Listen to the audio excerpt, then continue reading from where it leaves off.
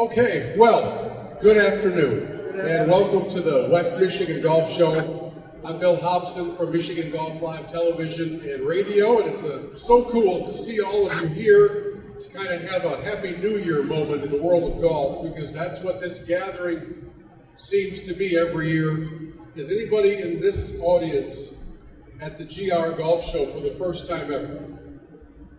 So we have some rookies, and then we have a bunch of veterans here. Well, we're glad you're here, whether it's your first year or your 100th year. This is a really fun gathering to kick off the season, even though there's some flurries in the air, right?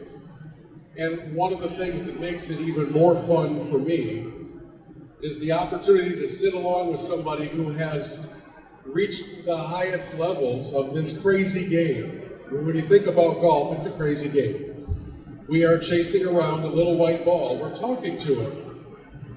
We're expecting it to listen. We're expecting it to behave and to go in the things that we're telling it to do versus maybe where we hit it. And for all of us, we have that dream. You know, you may have had that dream when you were 20 years old and you were winning the Masters in your dream.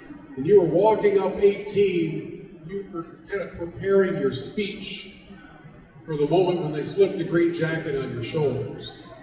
Golfers have these dreams. They don't always make sense, but we have these dreams.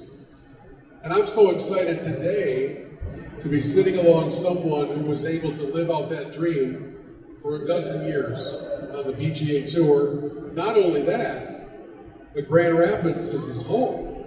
This is a GR local boy, so I want you to join me in saying welcome back to Matt Harmon, our special guest.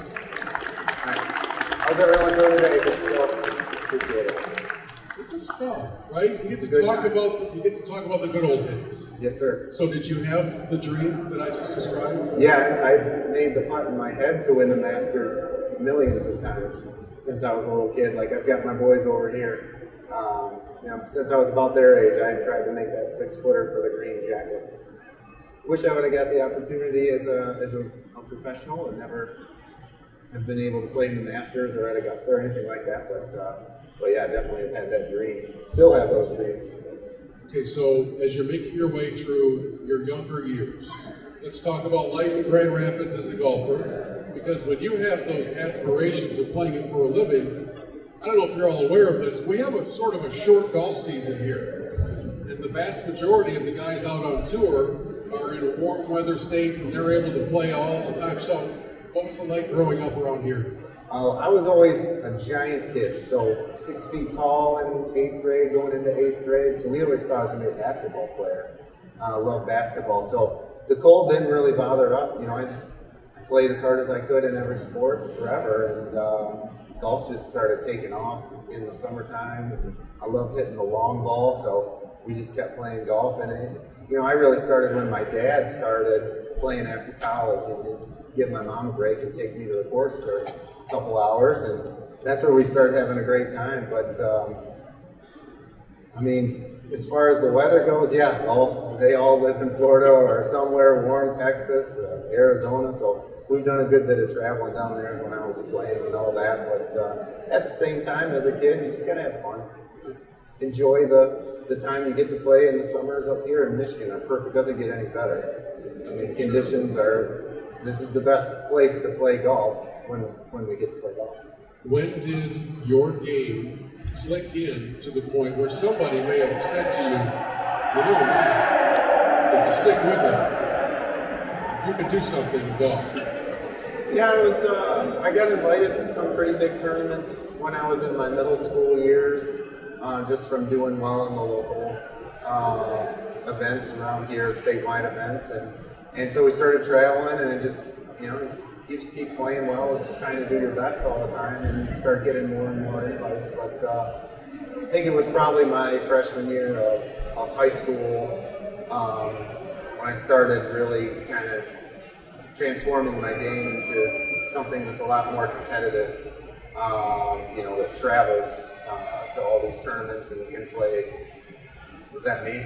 I don't know if the feedback's you or me, but we'll let them figure it out backstage. Yeah, but so about my early high school years, I started playing really well and shooting some under par rounds, and I had a good run in high school.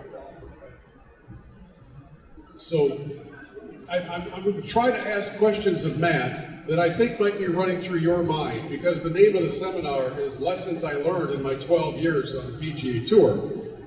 The tour is a fascinating fantasy land for all of us amateur golfers, right? We see the end product on TV most every weekend. Waste Management Open goes on as we speak.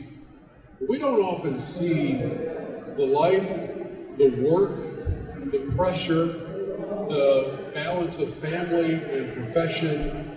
How, from your rookie year until you decided it was time for something else, what was that learning process like? We're not going to talk about the game itself, but just the life. Yeah, so like you alluded to, you're looking on TV at the best players in the world playing their best. Trust me, there's guys chunking chips and missing short putts and hitting some, well, I don't know if they're hitting shanks, totally shanks, but they'll call it a shank. But they're hitting it all over the course, even the best players in the world. So but that doesn't get on TV. You guys don't want to watch that, but it happens.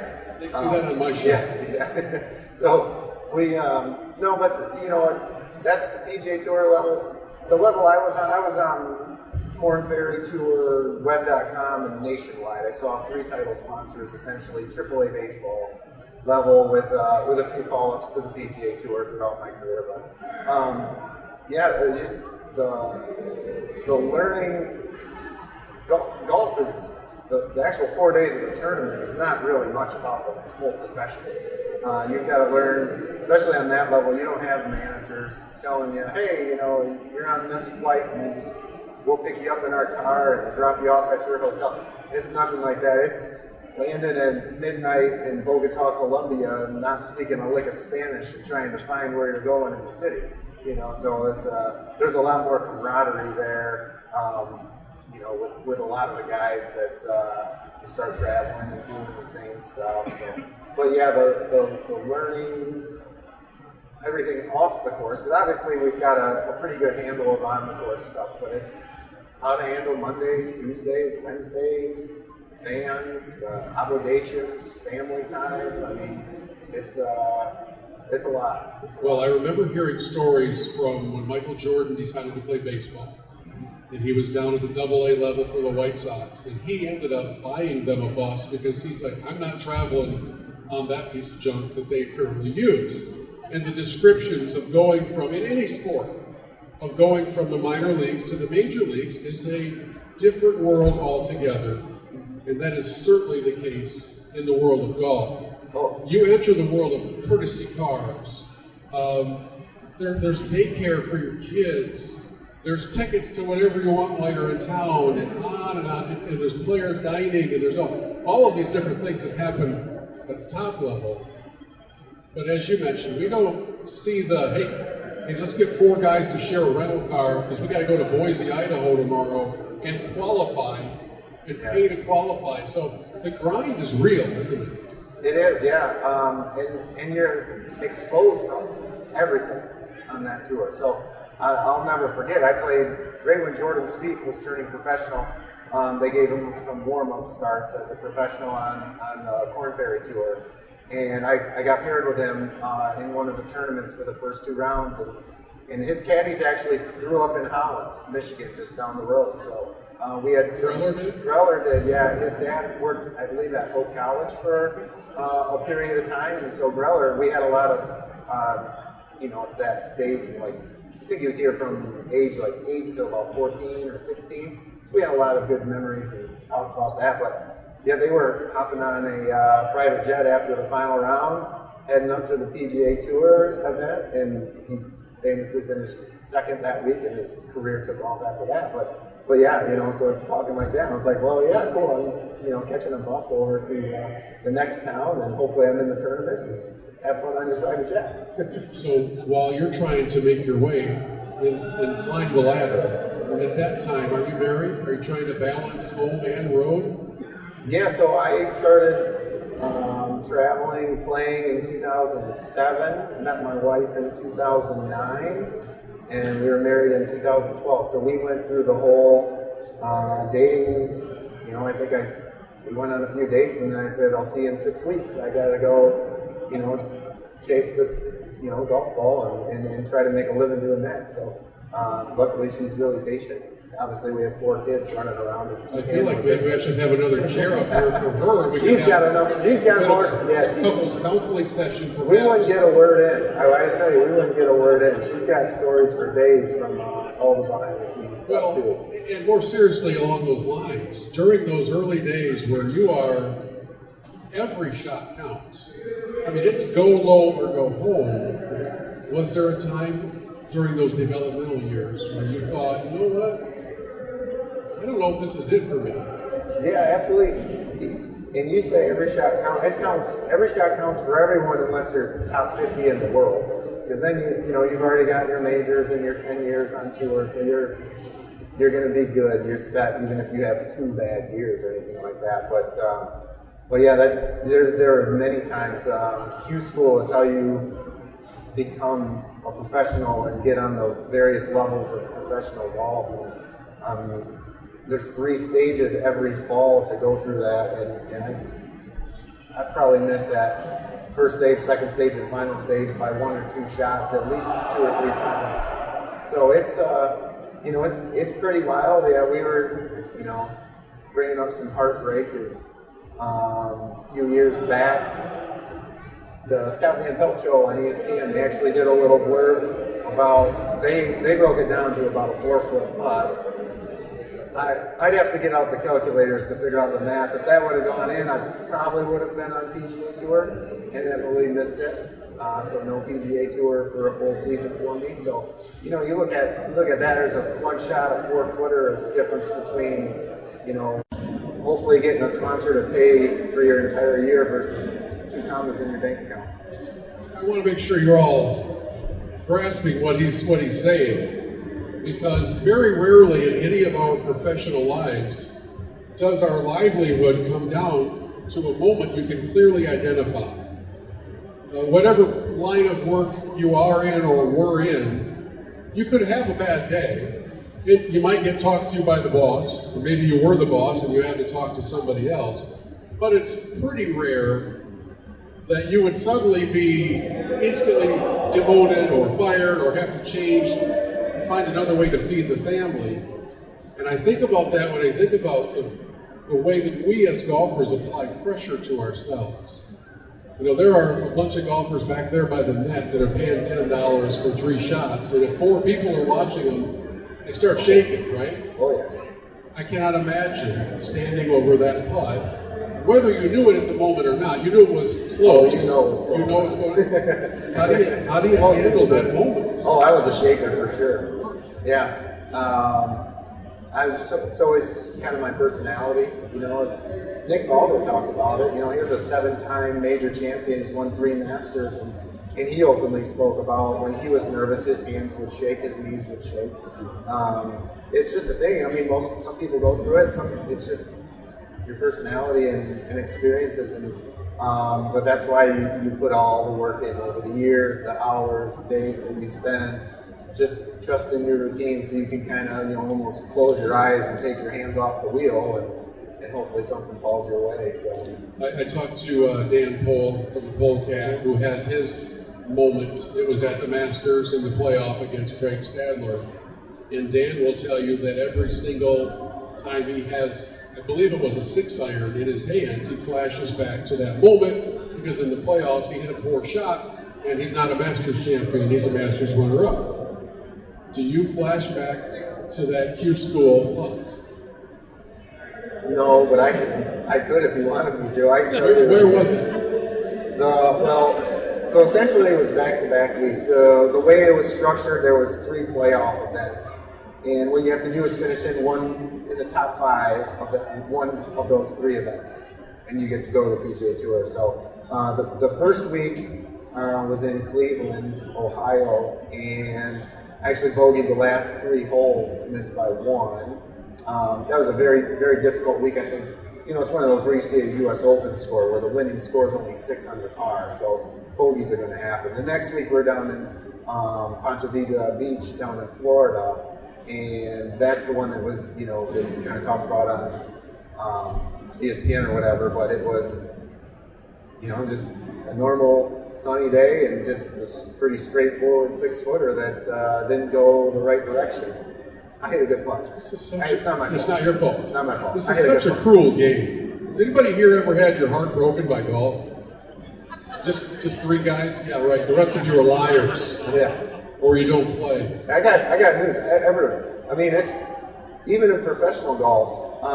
As soon as you turn pro, you usually hook up with some veterans, try to learn their tricks of the trade. But from multiple professionals that I pick their brain with about, they say 80% of the time is you're frustrated. It's bad. It's not. It's the 20% of the time that's when you're playing well. It's when it's fun. It's when you're doing your best and you're really reaping your benefits. So.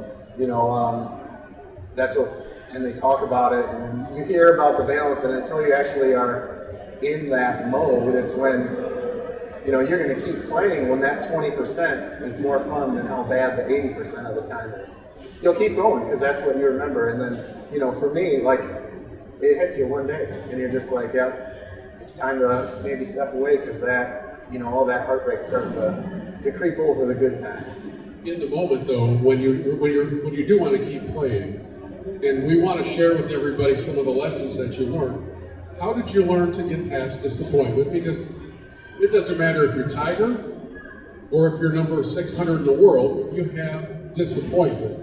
And if you let it fester, I think you're done. Yeah. So how do you get past it? I think you just have to have a great foundation. It's family, it's faith. Everything, it's, we had laid that structured out from day one, and so that's what I always leaned on. Not really being overly affected by this putt here or, a shank 6-iron there or whatever, but, there's also an understanding that it's bound to happen. I mean, it's a hard game.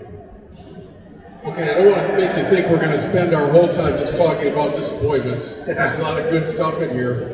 And there were those moments where it was clicking, man. It was feeling like it was supposed to, where you don't feel the ball off the club face, where the hole looks bigger than it's supposed to, everything's going in. You take us back to the BMW, when you had a share of the first round lead. And you're leading the headlines kind of a thing, Harmon in the lead.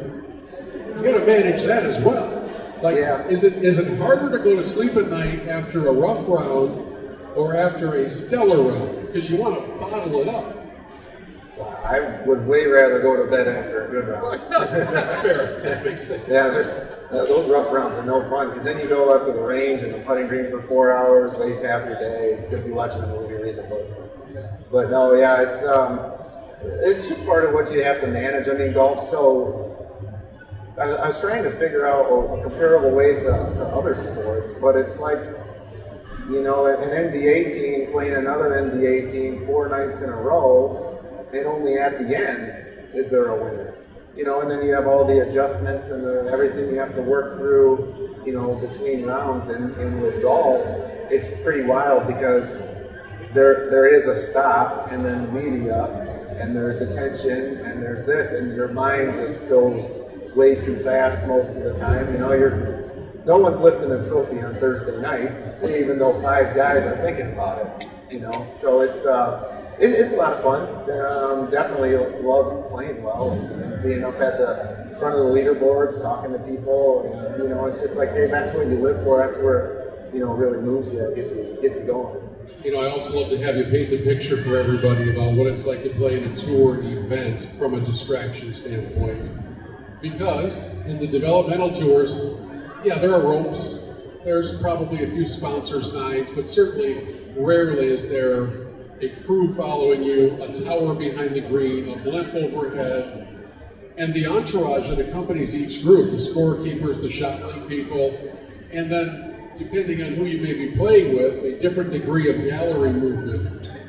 Yeah. That's gotta be a learning curve. So, experience I played in the 2013 U.S. Open at Marion. And Marion's out in Philadelphia. They said you can't host a U.S. Open there. The property's not big enough. The course isn't the hardest golf course I've ever seen. Oh my goodness, yes. But yeah, so I'm used to playing some smaller events where you could just roll into the parking lot, flash your badge. 15 minutes later, you could be on the first tee, which is what I'm sure most everyone here does at your Saturday golf game. But so we pulled into the U.S. Open and got the GPS to the course, and they said, no, you have to go to this address. I was like, well, that address is 5 miles away. He said, well, that's where the range is. So they built the merchandise tent over the range because you got to sell shirts. Revenue before practice. There you go. There's our lesson for the tour, right? Exactly. So they had a makeshift locker room, parking lot, driving range at a sister golf course 4 or 5 miles away. So not knowing this, I was already running a little behind, but we park and we get there and then miss our practice round tee time. So, it's those little things that you're never prepared for, but those other guys, they know if I have a 10 o'clock tee time, I better be at the property about 9:30 in the morning trying to park, getting through security, trying to, find your locker room just to get your shoes, get a shuttle out to the range, and there's all that. They joke it's a half hour to park your car on tour, just kind of figure out where you're going and all that. But no, it's pretty wild, yeah. And then with that Marion U.S. Open, we're warming up for the first round, and you're playing, and then they actually had a police escort to take players from the makeshift range over to the actual golf course. Well, then there's a rain delay, and they don't have the infrastructure to bring them back to the range, so we sat there for an hour and a half. And then to get nice and cold again. Oh yeah, just standing around, just kind of waiting for the lightning to go away, and then, so we've been there about 2 hours, and they say, okay, go tee off in the U.S. Open. You're good. Good luck. Yeah, good luck. Well, routine. You're talking a little bit about what happened there at Marion, but on a regular basis, every player has their own unique routine. Some of you here, I would probably put in the category of parking lot pro, where your tee time is at 10 a.m. and you come rolling in at about 9:48. You change your shoes in the parking lot.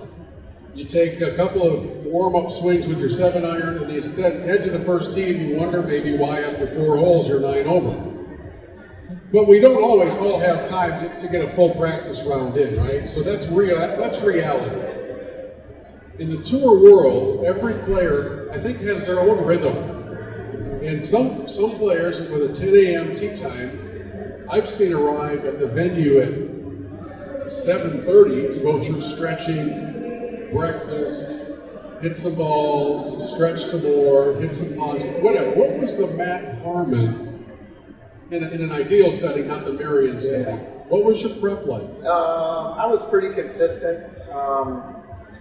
I would like to get to the course about an hour and a half before my tee time, do a little stretching. Obviously, there's not a whole lot of hoopla going on at Corn Ferry events, so you could manage that. But I would make sure I am at the putting green 50 minutes before my tee time. So I would do putting, and it would be pretty strict, pretty rigid 10-minute putting routine that I had. I'd head over to the range, and it'd be, I'd start with some chips, and then some pitches, and then some full swing wedges, and then for some reason I always hit my 9-iron, my 6-iron, my 3-iron, and then my driver. And then maybe a couple 9-irons again before you head over to the first tee. But I try to roll a couple 4 or 5 footers. They usually always have a putting green by the first tee, so hit a couple 4 or 5 footers before you go. That seemed to be what worked for me. I mean, there's other guys that they live a different lifestyle and might have a late night before and just like to stroll in half hour before, make sure they got the same color socks on, and go to the first tee. And then there's, like you said, there's other guys that have a full have to work out. Those are the guys that when we have that 7 a.m. tee time, their alarm's going off at 3:30 because they have to stick to their 3-hour routine, which is just wild. Okay, so everybody here has experienced what I'm about to say. You've either had a lousy practice time on the range and then went out and played pretty well, or you have been a professional on the range and then went out and hit 6 grounders in a row and had the worst day of your life? Yes, yeah, I see that hand. You know, I'm the evangelist. I see that hand. Did you ever have either of those two? Constantly, yeah. What's the deal? Who knows, but sometimes that driving range just looks so pretty out there, nice and big, and everybody's comfortable, and they're flat lies, and they're maybe even tee up a couple irons to make sure you get the sweet spot. Yeah, something happens, you get to the first tee, it just is uncomfortable. So, I mean, my good rounds, I would say, even if I had a bad range session, if I still hit it bad, you know, not up to standard on the course, I could usually manage that because I knew what was coming.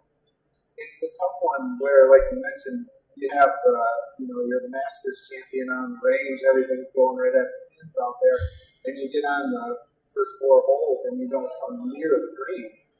You have no idea what's coming next. So that's where, it gets a little. If you know the miss, you have a chance to correct it. If it's all over the place, it's a guessing game. If you know the miss, I just play it. You know what I mean? So it's you're hitting it thin on the range. You get out on the first couple shots, and you hit it thin on the course. Don't try to fly it over a water hazard. You know what I mean? Or if you're chunking it, maybe take an extra club into the greens. Save your 6 iron instead of your 7. That's the kind of stuff you can manage. But when I'm out there hitting these nice little fades, they're just flying up there, just kind of falling to the right. Out there, and you get out on the first tee and hit a pull hook right between the legs over there. It's who knows? You're in for a long 4.5 hours there. One of my favorite things to do at a tour event, whether it's PGA or LPGA or Champions Tour, is to go to the range and just watch. I mean, you can get behind a player, and really it's any player, but if you have a favorite, if you're able to get to the range and watch them warm up, to me it's as enjoyable as following them during the round sometimes, because you get to watch how they go about their business. Was there ever a player that, well, you're on the range, you're like, I cannot believe I get to hit balls next to so-and-so, and found yourself maybe distracted just to see how they do it? Oh, well, that same U.S. Open we're talking about, so there's these all kinds of rain delays, and when you don't finish the day, everybody starts again early in the morning the next day. So there's half the field warming up on the range the next day, and there's a big commotion around, and then all of a sudden, 4 or 5 players leave with their caddies, and there's just one open spot. So it's like, that's it, let's go grab it. So I go and I hit 2 shots, and then it's wet from all the rain. I chunk one and kind of splatter my pants. It's like, oh gosh. Try to wipe them off. Wait a minute. Look presentable. Wait a minute. I just want everybody to take a moment and remember that Matt just said that he chunked a shot on the range. It can happen. It's okay.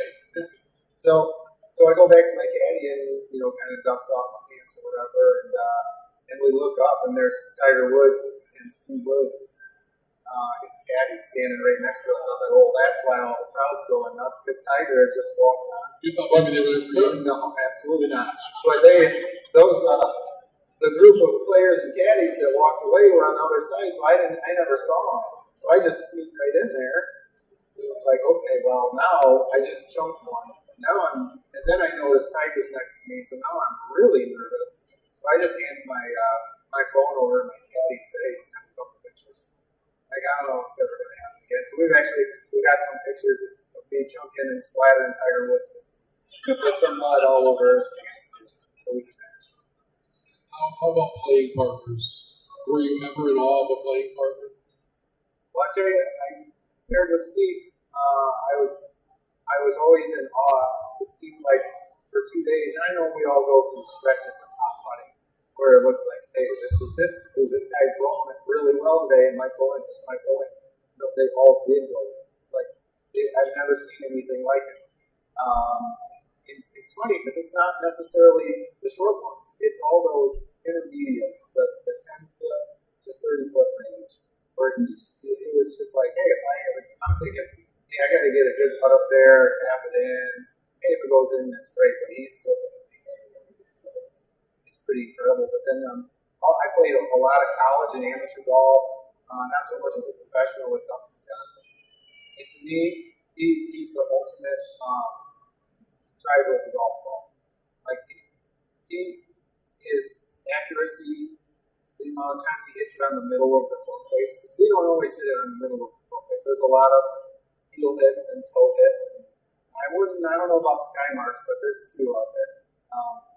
But he always seemed to hit it right out of the middle of his driver, and it just never looked like it was coming down a straight line right down the middle about 320. And you look at that, like I played with JB Holmes a lot. I don't know if he was pretty household name, but he was similar, except for the only difference between Dustin and JB was JB he hit one in the trees once around, and that's the only difference, and that's the difference between Dustin being a 25-time winner on tour and JB being a 3-time or 4-time winner. Yeah, and I'm glad you said that, but it's also a reminder that golf doesn't allow you to get distracted by your playing partners.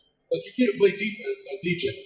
Yeah, I mean, you can win with some changes. Well, yeah, you can do a Sevi trick. You might get knocked out. Yeah, it might not go too well. But how do you, and this would apply to all of us here, if you have a buddy in the group who's doing things that you don't normally do, whether it's make every long putt or hit it so much further or it's just very accurate, that can be distracting and kind of drag you down a little bit. You've got to really be committed to your own game, right? There's a few times where I wouldn't call it jealousy, but it's a little bit like, man, I'm putting in the hours and I'm not making a 6-footer and this guy's rolling in a 20-footer.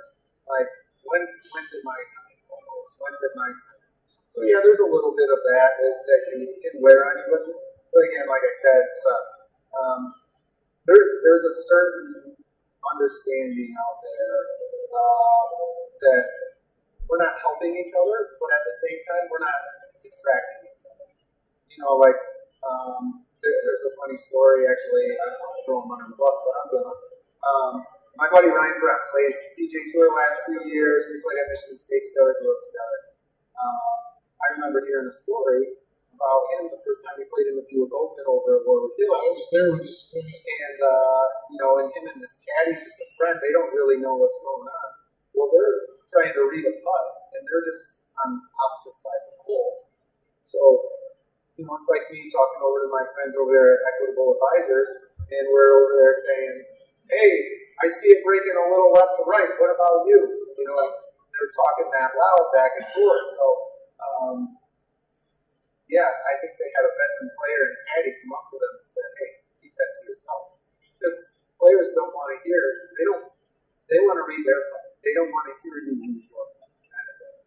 It's very distracting. So there's a little bit of gamesmanship that can go on, and some people are notorious for games, playing little games out there against other people, like, jiggling your chain, shuffling your feet, maybe moving your clubs around in your bag while someone's trying to hit. Just a real professional should be able to black those things out. It's like I don't know if you've turned on Golf Channel this week to watch any of the waste management. I mean, yesterday Spieth got real mad at missing a short putt on number 10 because the crowd on 16 was going pretty close. He doesn't know the crowd on 16 is going to be nuts. I mean, it's a football stadium playing golf. The worst job in all of golf is a marshal on 16 at Scottsdale holding up a quiet please sign. Yeah. There's literally no point to the entire exercise. How about, though, slow playing somebody? You said JB Holmes, who's by far the slowest player in my lifetime in the game. Sometimes I'm wondering if that's employed to mess with the heads of the playing partner. It happens. So everybody has their own, obviously the Brooks Koepka and Bryson DeChambeau is pretty well documented. Their hatred of each other. And it all stems from slow play from Bryson and Brooks having a problem with it. So everybody has their own routines and everything, and there's supposedly rules that are enforced by the PGA Tour. I don't think it's. I really feel like they know who's slow, and they're going to try to stay on them. There's no enforcement. But at the same time, they're still going to. The other person's going to still do what he does. I mean, the whatever. I mean, it's significant on tour. I don't mean to undefined money at all, but the $20,000 fine for slow play doesn't matter to those guys. They're thinking, well, if I make one more putt, that's going to make me $150,000 more. So what's that $20,000 really? I remember a few years ago, and you probably do as well, at the Masters, they penalized the 14-year-old amateur kid for slow play.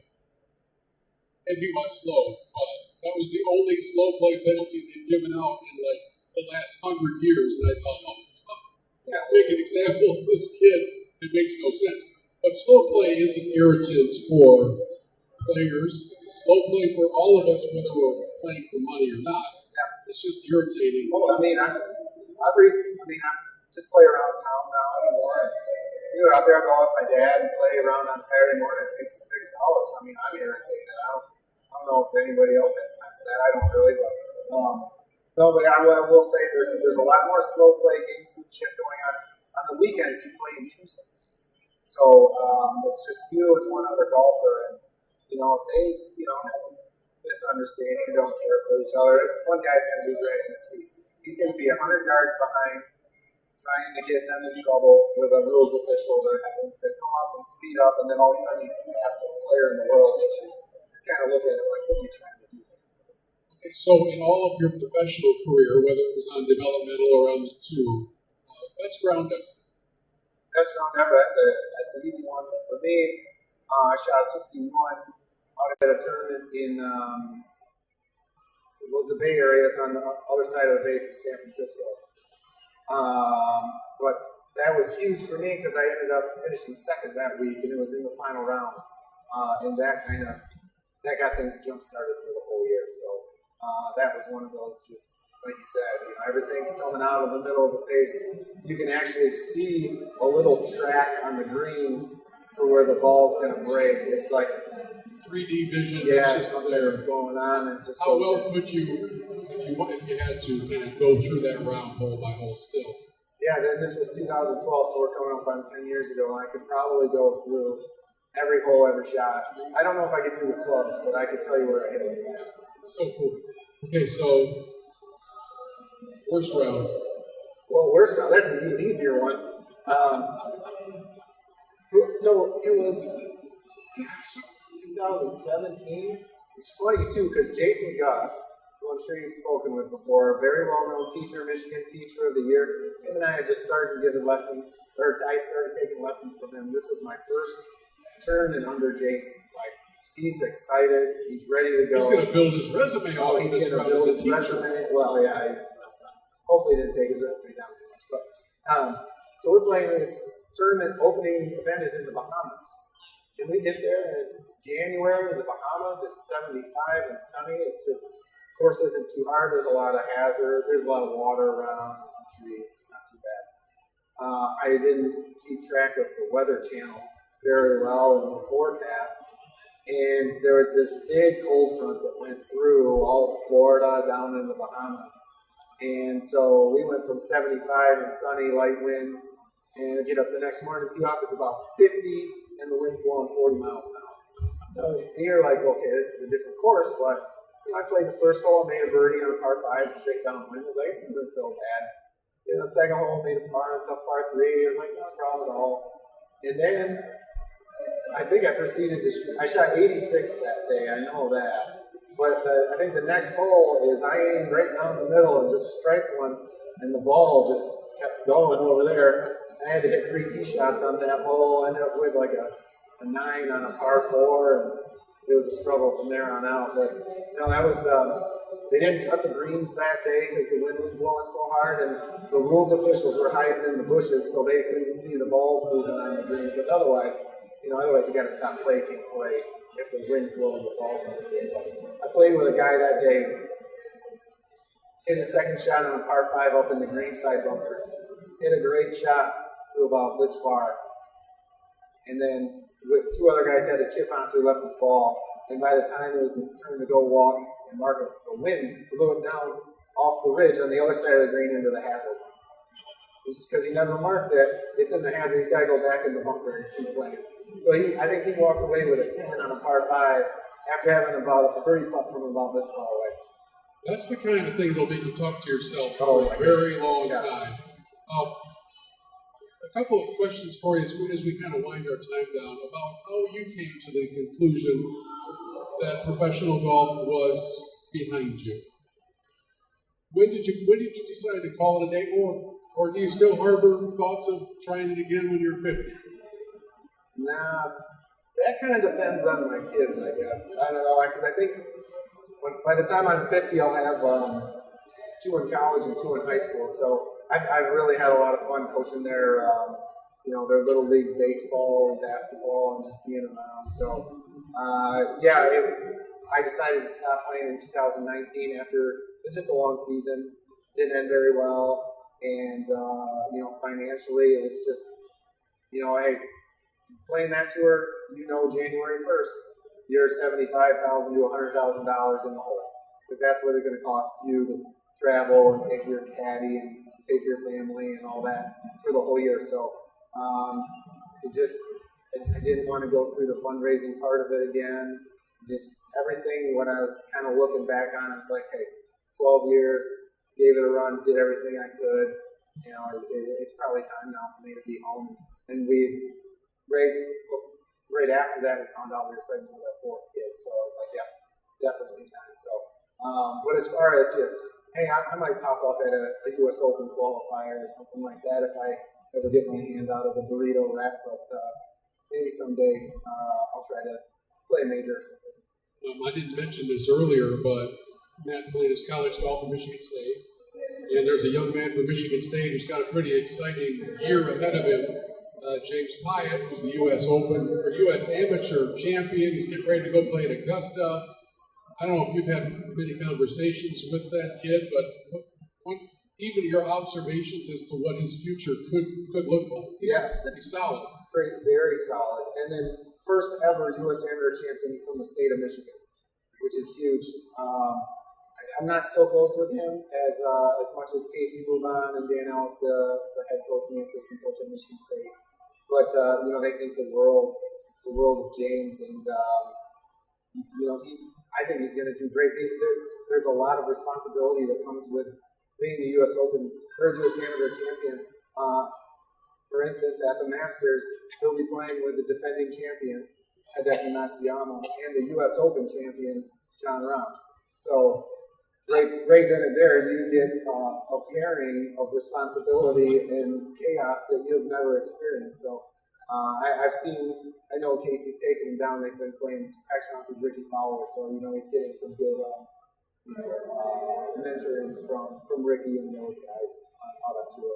Well, that moment that's coming up for him in April, and the moment that you first stepped on the tee for the first time at a tour event, had to be almost overwhelmingly nerve-wracking. Oh, yeah. First tee shot. Where was the first tee shot for you on the tour? My first tee shot was at 2007 Buick Open, Warwick Hills.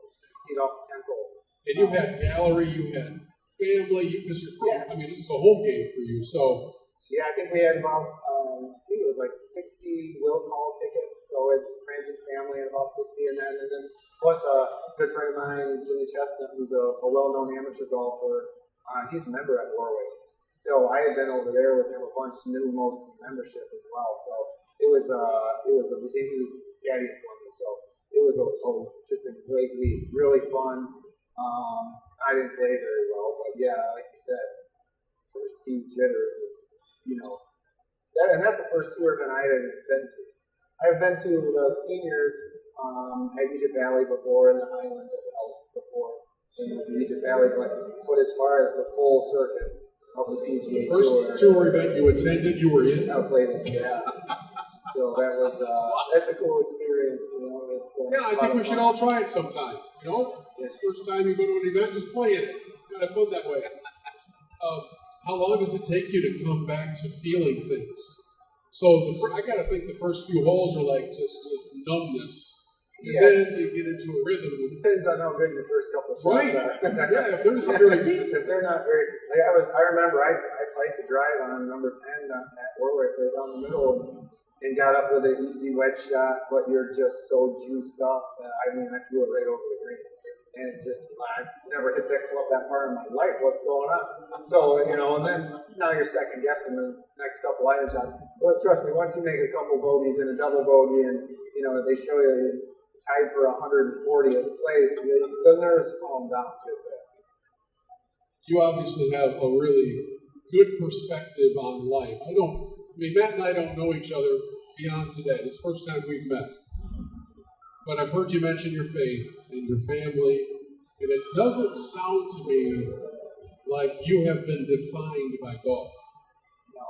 No, it's not a defining. It's never my image or anything that I thought of myself.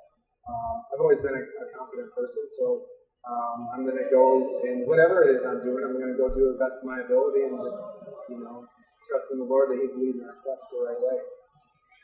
That's what we like to hear. That's good stuff. I can't thank you enough for kind of sharing some of your insights, your stories.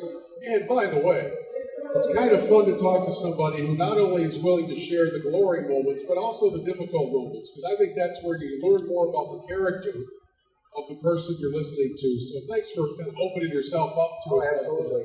And only as long as you have that wrap on, I'd like to play you for lunch sometime. Yeah, there you go. After that, no chance. A little chicken contest. Right, there you go. How about a big hand for Matt Harmon, Grand Rapids home. Thanks, everyone. Thank you all for being here, and enjoy the show. Enjoy your weekend. Thanks.